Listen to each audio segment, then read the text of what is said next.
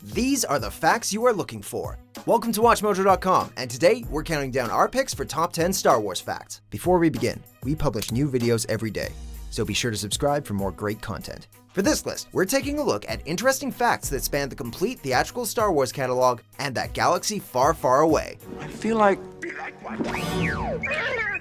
we're being watched. Number 10. Carrie Fisher had to have her breasts taped down. Now I wear that only when I go on trips, so I can go through security in the metal, and then they make me strip and they bring in Jabba the Hutt, and it's just great. Okay, let us explain.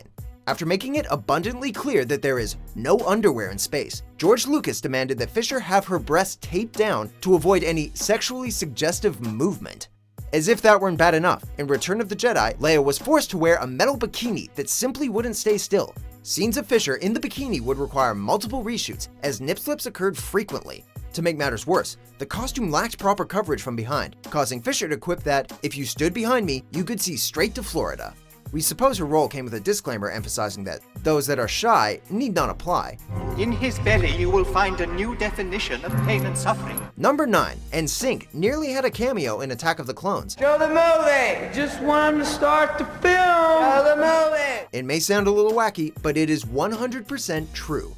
According to NSYNC member Joey Fatone, back in 2001, when the second installment of the Star Wars prequel series was being shot, the daughters of both George Lucas and producer Rick McCallum begged their fathers to include the members of their favorite boy band in the newest film.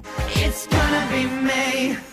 While Lance Bass and Justin Timberlake were too beat to participate, the rest of the NSYNC crew was more than happy to help out. Joey and his brother Steven, J.C. Chazet, and Chris Kirkpatrick eventually filmed 2 scenes as Jedi Knights, but ultimately, their cameos ended up on the cutting room floor. Of course they cut us. They were gonna let a boy band be in Star Wars. Jeez. Number 8. 2001 A Space Odyssey and Star Wars shared almost the exact same production crew. To see somebody actually do it, to make a visual film, was hugely inspirational to me.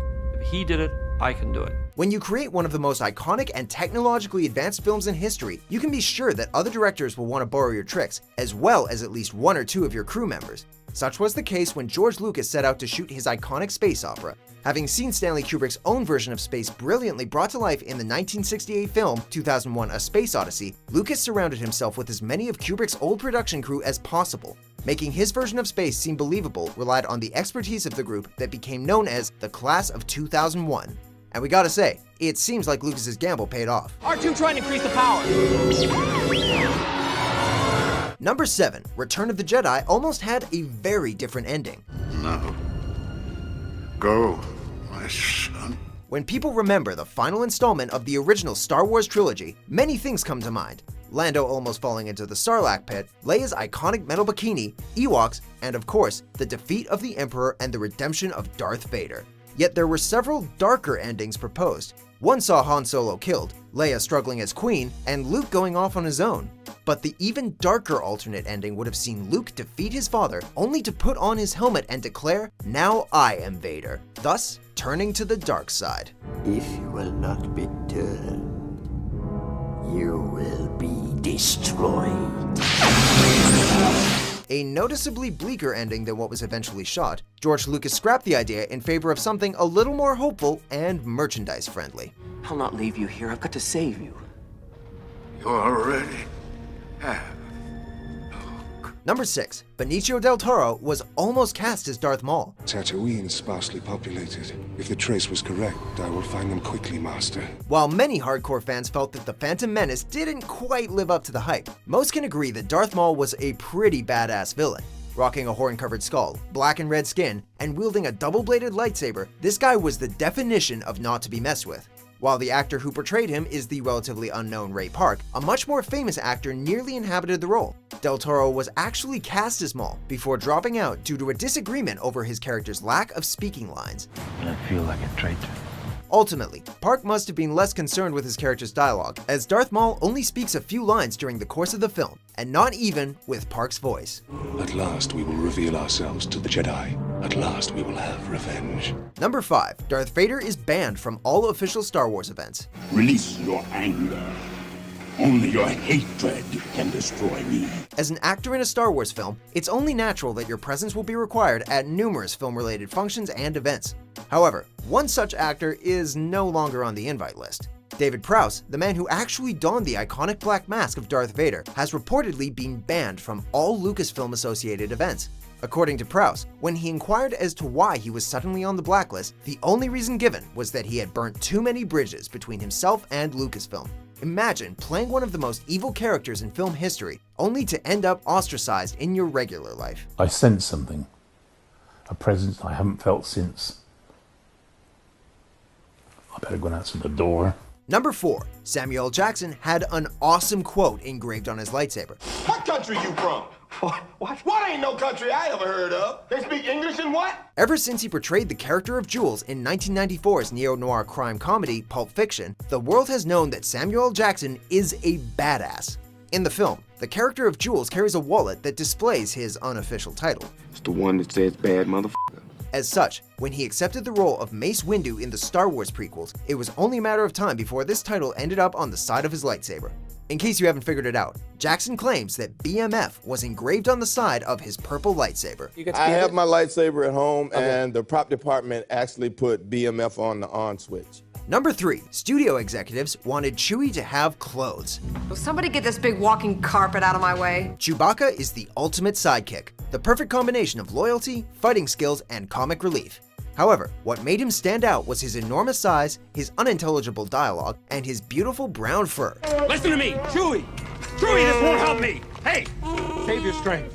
There'll be another time. Thankfully for moviegoers everywhere, the latter was allowed to remain unencumbered by anything as pedestrian as clothing. See, studio executives believed that because Chewie wasn't wearing any clothes, he was essentially naked. So they wanted the character redesigned to accommodate a pair of shorts. Ignoring the fact that this must have made George Lucas spit out his morning coffee, the image of Han Solo's sidekick wearing a pair of shorts is downright hilarious. Ultimately, the idea was scrapped, and Chewie was allowed to go commando. He'll get no such pleasure from us, right? Number 2. Harrison Ford was cast as Han Solo kind of by accident. Han Solo. I'm captain of the Millennium Falcon. It's hard to imagine anyone else playing the role that made Harrison Ford a household name. The character of Han Solo was the definition of cool under pressure, and Ford's devil-may-care attitude suited him perfectly. Why, you stuck-up, half-witted, scruffy-looking nerf herder! Who's scruffy looking? Yet, when George Lucas was casting the part, he was looking for someone new. Ford, having worked with Lucas on American Graffiti, agreed to feed lines to those auditioning for the role. It was only after numerous actors came and went that Lucas realized the man helping him find Han Solo was in fact Han Solo himself. Several films and billions of dollars later, it's safe to say that the right choice was made. Chewie, we're home. Before we unveil our top pick, here are a few honorable mentions. It sounds like bait to establish a connection trace. What if it is true? This is totally different. No, no different. Only different in your mind. Number 1. Luke's last name was supposed to be Starkiller. I'm Luke Skywalker. I'm here to rescue you. You're who? Until his appearance in The Force Awakens, the name Luke Skywalker conjured up images of a young, inexperienced farmhand living with his aunt and uncle. While his character experiences growth during the original trilogy, the iconic image of him staring lustfully at the galaxy, desperate for an adventure, remains. Thus, it was all the more shocking when it was revealed an early draft of Star Wars portrayed Luke as a 60-year-old war vet, and yet another gave him the name Starkiller. That name made it all the way to shooting, until George Lucas relented, realizing it would evoke negative emotions toward the character. The name would live on, however, serving as the title of the deadly ice planet from The Force Awakens. And this is Starkiller Base. So it's big. Do you agree with our picks? Check out these other great clips from WatchMojo and subscribe for new videos every day.